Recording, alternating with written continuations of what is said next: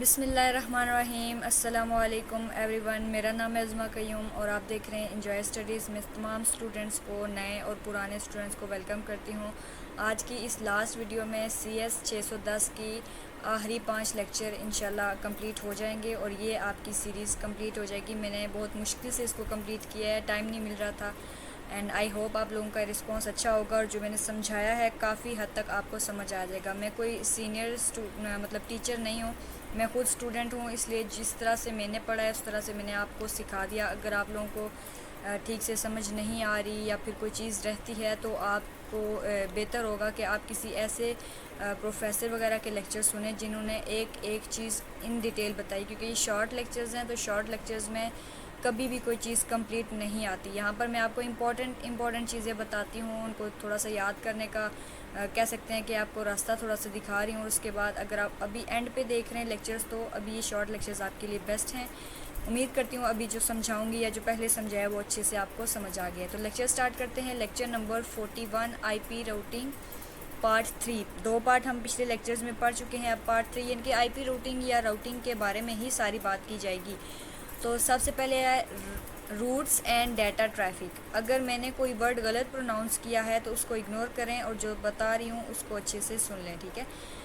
Roots and data traffic क्या होती है? कोई भी ISP होता है वो ऑटोमेटिकली यानी कि ऑटोनोमियस, इसको हम पहले पढ़ चुके हैं लास्ट लेक्चर्स में। तो ये सिस्टम होता है जो कि एक्सटीरियर गेटवे प्रोटोकॉल यूज़ करता है। हर ISP automatically exterior gateway protocol use करता है किस काम के लिए? ताकि वो कस्टमर्स को एडवर्टाइज़ कर दे नेटवर्क टू अदर ISPs। इनके ISP एक वाला दूसरे से रब्ता करने के लिए या वहाँ पर एडवर्टाइजमेंट देने के लिए गेटवेज़ यूज़ करता है। उसके बाद ये डेस्टिनेशन पे पहुँचने के बाद क्या होता है? Datagram destined for D then begin to arrive, यानी कि डेस्टिनेशन पर पहुँचने के बाद अराइवल के लिए वो तैयार हो जाता है। उसके बाद है the flow of routers and data is illustrated with ISPs, यानी कि जो राउटर्स के अंदर जो डाटा वगैरह की फ़्लो होता है यानी कि चल रहा होता है तो वो किसके साथ इलस्ट्रेट होता है? ISPs के साथ। उसके बाद इंटरनेट रूटिंग या राउटिंग प्रोटोकॉल्स। अब इसके प्रोटोकॉल्स कितने हैं? 3 हैं और तीनों इंपॉर्टेंट हैं, ठीक है, क्योंकि अगले 1-2 लेक्चर्स में सारी बात इन्हीं के बारे में होगी, तो अच्छे से इनके नाम याद करें। पहले वाला है बॉर्डर गेटवे रूटिंग या routing information protocol, open shortest path first protocol. ये वाला जो है ये इंपॉर्टेंट है, ठीक है। अब इनकी आपके शॉर्ट क्वेश्चन या MCQs आ सकता है कि तीनों के नाम लिखें या फिर MCQs में आएगा कि इसकी फुल फॉर्म क्या है, या ये नाम देकर उसकी बोलेंगे ये किसकी एब्रीविएशन है। तो अच्छे से इसको पढ़ लें, ठीक है। उसके बाद है बॉर्डर के बारे में। अब ये पहले वाला देखेंगे यहाँ पर, अब ये 3 पढ़े ना तो इन तीनों को बारी बारी देखेंगे। तो सबसे पहले बॉर्डर गेटवे प्रोटोकॉल को देखेंगे, ये कैसा होता है। इट इज़ मोस्ट पॉपुलर, यानी कि बहुत ज़्यादा पॉपुलर का मतलब है बहुत ज़्यादा यूज़ होता है। Gateway protocol in internet it has following characteristics. अब इसकी कुछ खसूसियात हैं। राउटिंग अमंग ऑटोनोमियस सिस्टम, ये हमें प्रोवाइड करता है राउटिंग को। और ये जो लिखा हुआ है ना ऑटोनोमियस सिस्टम EGP, इसको याद रखना है। उसके बाद पॉलिसी या कंट्रोल सिस्टम देता है। रिलायबल ट्रांसपोर्ट होती है TCP, इसको हम ऑलरेडी पढ़ चुके हैं। रिलायबल इनके जो डाटा यहाँ से सेंड हो रहा है या वापस आ रहा है वो बहुत अच्छे तरीके से मैनेज हो रहा है। उसके बाद पाथ देता है ऑटोनोमियस सिस्टम को हर डेस्टिनेशन, इनके हर एक जगह के लिए वो रास्ता दे देता है। उसके बाद जो EGP होता है इनके करंटली इनके अभी अभी जो काम हो रहा है is of choice in the internet, ये इंटरनेट की चॉइस है। उसके बाद जो अभी वाला वर्जन है इज़ 4BGP4। ये आपसे पूछ सकते हैं कि अभी जो है बॉर्डर वाला जो वर्जन है कौन सा, या उसकी कैरेक्टरिस्टिक्स में कौन सा वर्जन यूज़ हो रहा है। उसके बाद फैसिलिटी देता है ट्रांजिट राउटिंग की। सेकंड वाला आ गया RIP, इसका मतलब रेस्ट इन पीस नहीं है जो हम ज़्यादातर देखते हैं। इसके राउटिंग इंफॉर्मेशन प्रोटोकॉल, इसके भी आगे खसूसियात के बारे में बताया गया है। Used for routing within autonomous system, इसके बारे में एक चीज़ जहन में रखनी है कि ये इनके अंदर ही काम करता है IGP की तरह। होप काउंट मैट्रिक, ये आपका अलग से क्वेश्चन बन जाता है कि ये क्या चीज़ होती है। RIP measures distance in network hopes, ये आपका अलग से MCQs बन गया। होप्स के अंदर RIP क्या करता है?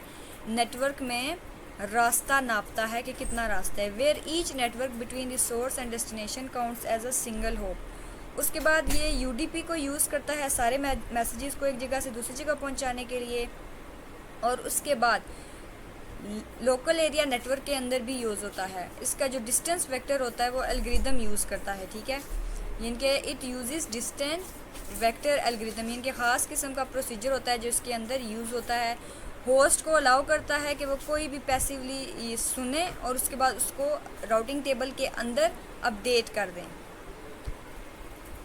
लेक्चर नंबर 42 पार्ट 4, यानी कि वही चीज़ जो पीछे थी वही चल रही है अभी भी।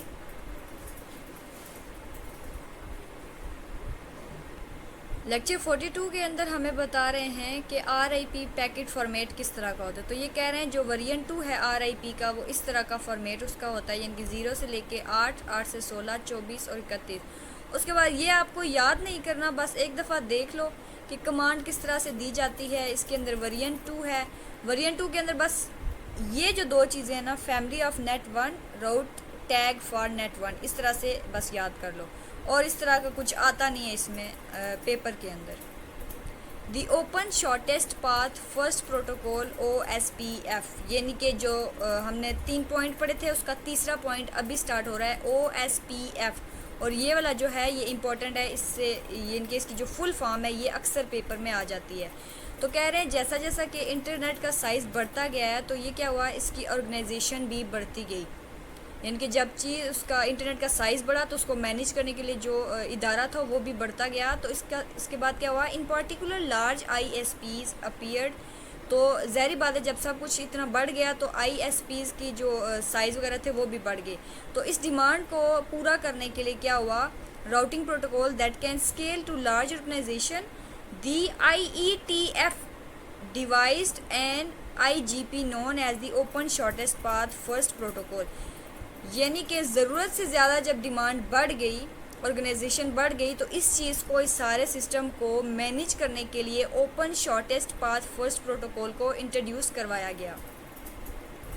आगे हमें इसी की OSPF की कुछ खसूसियात दी गई हैं। तो ये किस तरह के इसकी कैरेक्टरिस्टिक्स होते हैं। Routing within an autonomous system, ये इसकी पहली जो खसूसियत है कि ये राउटिंग करती है ऑटोनोमियस सिस्टम के अंदर। उसके बाद full CIDR and subnet support, इसके अंदर ये दूसरा पॉइंट है।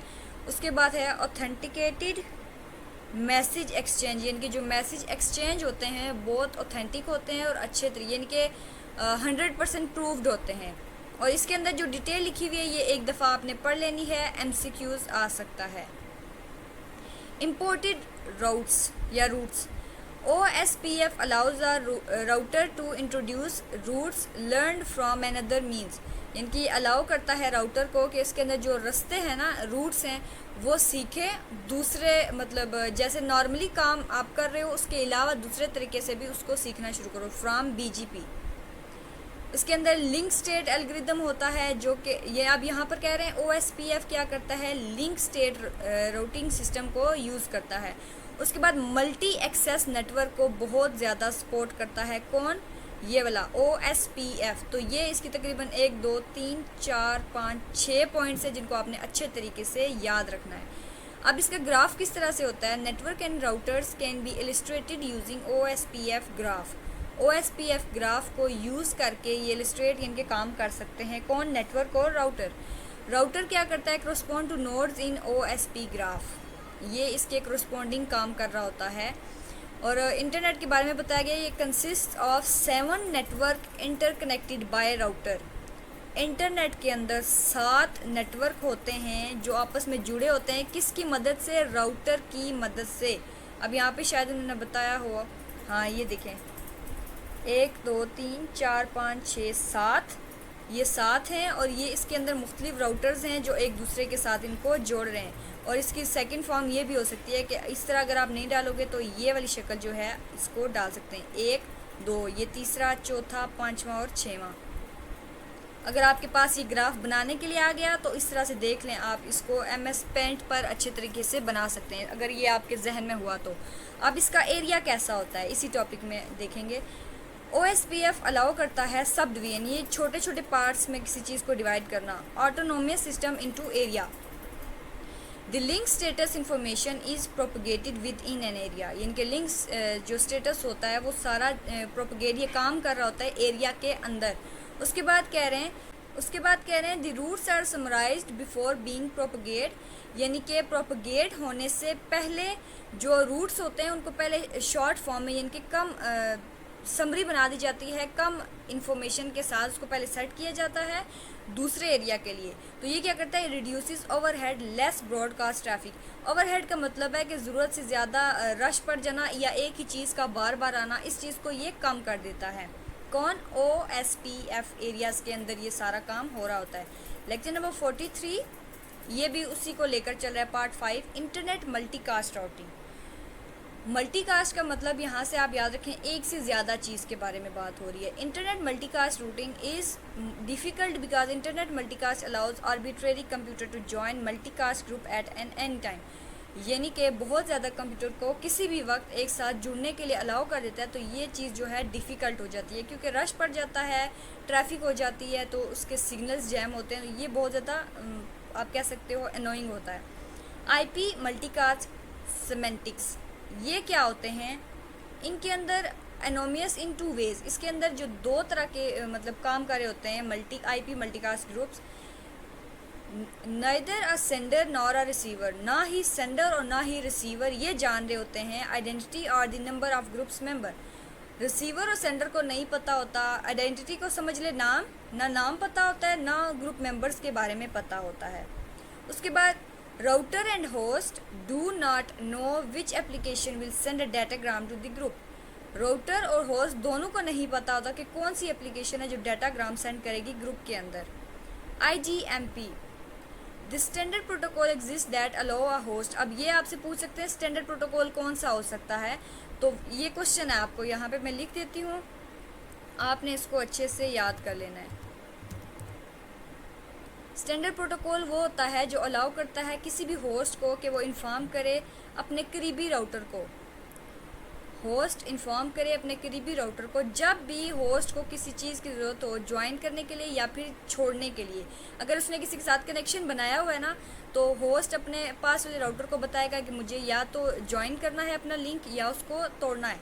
तो ये पार्टिकुलर मल्टीकास्ट के अंदर होता है, तो इस चीज़ को ख़ास तौर पर बोलते हैं इंटरनेट ग्रुप मल्टीकास्ट प्रोटोकॉल, और ये आपका इम्पॉर्टेंट है। कंप्यूटर यूज़ करता है IGMP to inform the local router about the last application when it leaves, यानी कि लोकल राउटर को IGMP बता देता है कि लास्ट पे इस एप्लीकेशन ने कब काम करके छोड़ा था। उसके बाद है forwarding and discovery techniques. Router not host have responsibility for the propagation of multicast routing information. Routers की, अब यहाँ से आपका क्वेश्चन ये नॉट वाला जो है ना ब्लैंक में दे सकते हैं कि इसका कोई मकसद नहीं है कि ये मल्टीकास्ट इन्फॉर्मेशन को कैसे प्रोपगेट कर रहा है या क्या करेगा, इसकी रिस्पॉन्सिबिलिटी नहीं है। साइज और टोपोलॉजी ऑफ ग्रुप में वेरी, साइज़ और टोपोलॉजी ग्रुप के अंदर चेंज हो सकती है। वेरी का मतलब टाइम के साथ साथ या रिक्वायरमेंट के साथ साथ चेंज हो सकती है। अप्रोचेस फॉर डाटाग्राम फॉरवर्डिंग, यानी कि डाटाग्राम फॉरवर्डिंग के अंदर कौन कौन से काम किए जा सकते हैं, तो प्रैक्टिस के अंदर होता है multicast protocol have followed 3 different approaches for datagram. 3 तरह की अप्रोचेस को लेता है, तो ये आप कह सकते हो। पहली है फ्लड एंड प्रून, तो इसमें क्या होगा, flood and prune is ideal in a situation where the group is small and all members are attached to contiguous local area network. LAN के अंदर कंटीजियस मतलब जमघट्टा बना के वो सारे ग्रुप मेंबर अटैच होंगे, लेकिन छोटा ग्रुप होगा और उसके अंदर सारे जो मेंबर्स हैं वो एक दूसरे के साथ अटैच होंगे, तो इसको बोलेंगे फ्लड एंड प्रून। फ्लड का मतलब क्या होता है, जो सैलाब आ गया, इनके सब कुछ इकट्ठा हो गया, एकदम से आ गया, तो इस चीज़ को बोलेंगे फ्लड एंड प्रून। उसके बाद रूटिंग लूप्स के अंदर टू अवॉइड रूटिंग लूप्स, यानी कि एक ही चीज़ लूप में ना चले, बार बार ना चले, इस चीज़ से बचने के लिए क्या होता है, flood and prune protocol use a technique known as reverse path broadcasting. किस चीज़ से, लूप से, यानी एक ही चीज़ का बार बार चलना, उस चीज़ से बचने के लिए ये क्या करते हैं, रिवर्स पाथ ब्रॉडकास्ट वाली टेक्निक को यूज़ करते हैं। दैट ब्रेक्स साइकिल को, यानी कि जो बार बार चल रहा है उसको तोड़ देता है। Configuration and tunneling. Configuration and tunneling is ideal in a situation where the group is geographically dispersed. Geographically यानी कि फ़िज़िकली या जो उसका कोई नक्शा वगैरह बना है वहाँ पर अगर वो अच्छे से काम नहीं कर पा रहा या गायब हो चुका है ग्रुप, तो कॉन्फ़िगरेशन और टनलिंग वैसे क्या बोलते हैं, ज़मीन के अंदर वो जो टनल बनाई जाती है, तो ये वाला काम है कि उसको जब वो नज़र नहीं आ रहा तो किस तरीके से ढूंढा जाएगा, ये अब यहाँ पे बताएंगे। एग्जाम्पल दी गई है, कुछ मेंबर हैं एक साइट पर with site separated by long distance, वो साइट को बहुत ज़्यादा फासले पर एक दूसरे से अलग रखा गया है। When a multicast datagram arrives the router at a site transmit the datagram on all directly attach LANs by hardware multicast. ये आपका बन रहा है लैन यूज़ होता है जब डाटा जो है डायरेक्टली अटैच हो तो इसके अंदर क्या लैन वाई हार्डवेयर मल्टीकास्ट यूज़ होता है। और नेक्स्ट है राउटर क्या करता है, कंसल्ट करता है configuration table to determine which other site should receive a copy. तो ये हमें राउटर कॉन्फ़िगरेशन टेबल के अंदर बताता है कि कौन सी जो साइट है उसने क्या करना है, रिसीव करना है कॉपी को। जो पहले से डाटा उसको कॉपी किया तो अगली कौन सी वेबसाइट ने या कौन सी साइट ने उसे रिसीव करना है। और यहाँ पर एक आपका MCQs है, IP in IP tunnelling. Router use करता है IP in IP tunnelling to transfer a copy of multicast datagram to the other site. यानी कि जो ऊपर कॉपी के बारे में हमने पढ़ा है ना, इस कॉपी को दूसरी जगह पर भेजने के लिए ये वाला जो टनलिंग सिस्टम है ये यूज़ होता है। Core based discovery, smooth growth देने के लिए क्या होता है, कुछ मल्टीकास्ट राउटिंग प्रोटोकॉल क्या करते हैं, designate a core unicast, core unicast को यूज़ करते हैं कोर बेस्ड डिस्कवरी के लिए, address for each multicast group. Next lecture number 45 है, यही पार्ट 6 जा रहा है IP राउटिंग के। मल्टीकास्ट के प्रोटोकॉल्स कैसे होते हैं। Several multicast protocol exist, some of proposed protocols are, कुछ प्रोटोकॉल्स के बारे में यहाँ पर बताया गया है जो कि मल्टीकास्ट हैं, ठीक है, ये याद रखना है, मल्टीकास्ट के प्रोटोकॉल्स के बारे में बात हो रही है। Distance vector multicast routing protocol, ये प्रोटोकॉल क्या करता है, यूज़ होता है यूनिक्स प्रोग्राम के थ्रू, यूनिक्स प्रोग्राम इसको यूज़ करता है। द मोस्ट इम्पोर्टेंट MCQs ज़रूर आपके पेपर में आ सकता है। अच्छा, उसके बाद routed and the internet multicast backbone MBONE, MBONE लिखा हुआ है।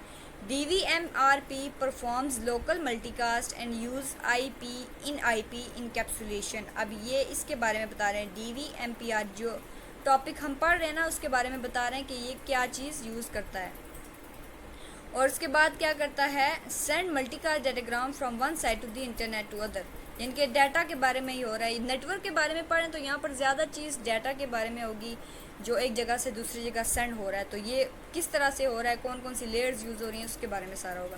कोर बेस्ड ट्री CBT, इसको भी आपने देख लेना, आप ज़्यादा में इतना नहीं जा रही है क्योंकि ईजी सा है, ठीक है, रीडिंग करने से आपको समझ में आ जाएगा। उसके बाद PIMSM, ये प्रोटोकॉल इंडिपेंडेंट मल्टीकास्ट स्पर्स मोड, तो ये क्या होता है, ये प्रोटोकॉल यूज़ करता है एक तरह की अप्रोच जो कि CBT जो अप्रोच यूज़ करता है वही ये वाला यूज़ करता है।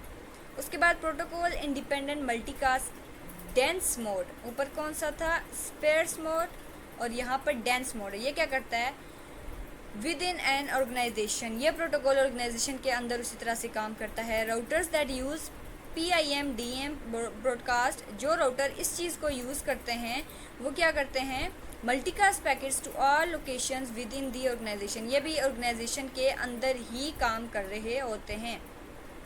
उसके बाद ये वाला MCQs आपका आ सकता है, POSPF multicast extensions to the open shortest path first protocol. मुश्किल लग रहा है लेकिन इसको बार बार पढ़ेंगे तो जब MCQs में अगर ये ऑप्शन आएगा तो आप इसको अच्छे से पहचान लेंगे। Client server interaction, although an internet system provides basic communication service, यानी कि इंटरनेट सिस्टम जो होता है बेसिकली जो आमतौर पर सर्विसेज होती हैं रब्ता करने की, कम्युनिकेशन करने की, वो हमें दे रहा होता है, लेकिन जो प्रोटोकॉल सॉफ्टवेयर होता है ये इनिशिएट नहीं करता कॉन्टैक्ट विद और एक्सेप्ट कॉन्टैक्ट फ्रॉम, ना कॉन्टैक्ट रिसीव करता है ना ही मतलब किसी के साथ कॉन्टैक्ट करता है remote computer. Instead to application program must participate in any communication, कोई भी कम्युनिकेशन हो रही है ना तो दो जो एप्लीकेशन है उनका उसके अंदर अमल दखल होगा तब जाके एप्लीकेशन होगी। पहली एप्लीकेशन क्या करती है, कम्युनिकेशन स्टार्ट करती है और दूसरी उसको एक्सेप्ट करती है। How two application programs make contact, दो एप्लीकेशन प्रोग्राम किस तरह से आपस में रब्ता करते हैं। Two application program make contact in following way, दो तरीके से ये एप्लीकेशन एक दूसरे के साथ रब्ता करते हैं। क्लाइंट सर्वर पैराडाइम, और उसके बाद अगला जो होगा वो कौन सा होगा, द प्रोसेस इज कॉल्ड, यहाँ से देखते हैं। One application actively begins execution, जल्दी से एग्जीक्यूट होती है पहले, और उसके बाद दूसरी एप्लीकेशन वेट करती है passively at pre arrange location. This process is called client server interaction.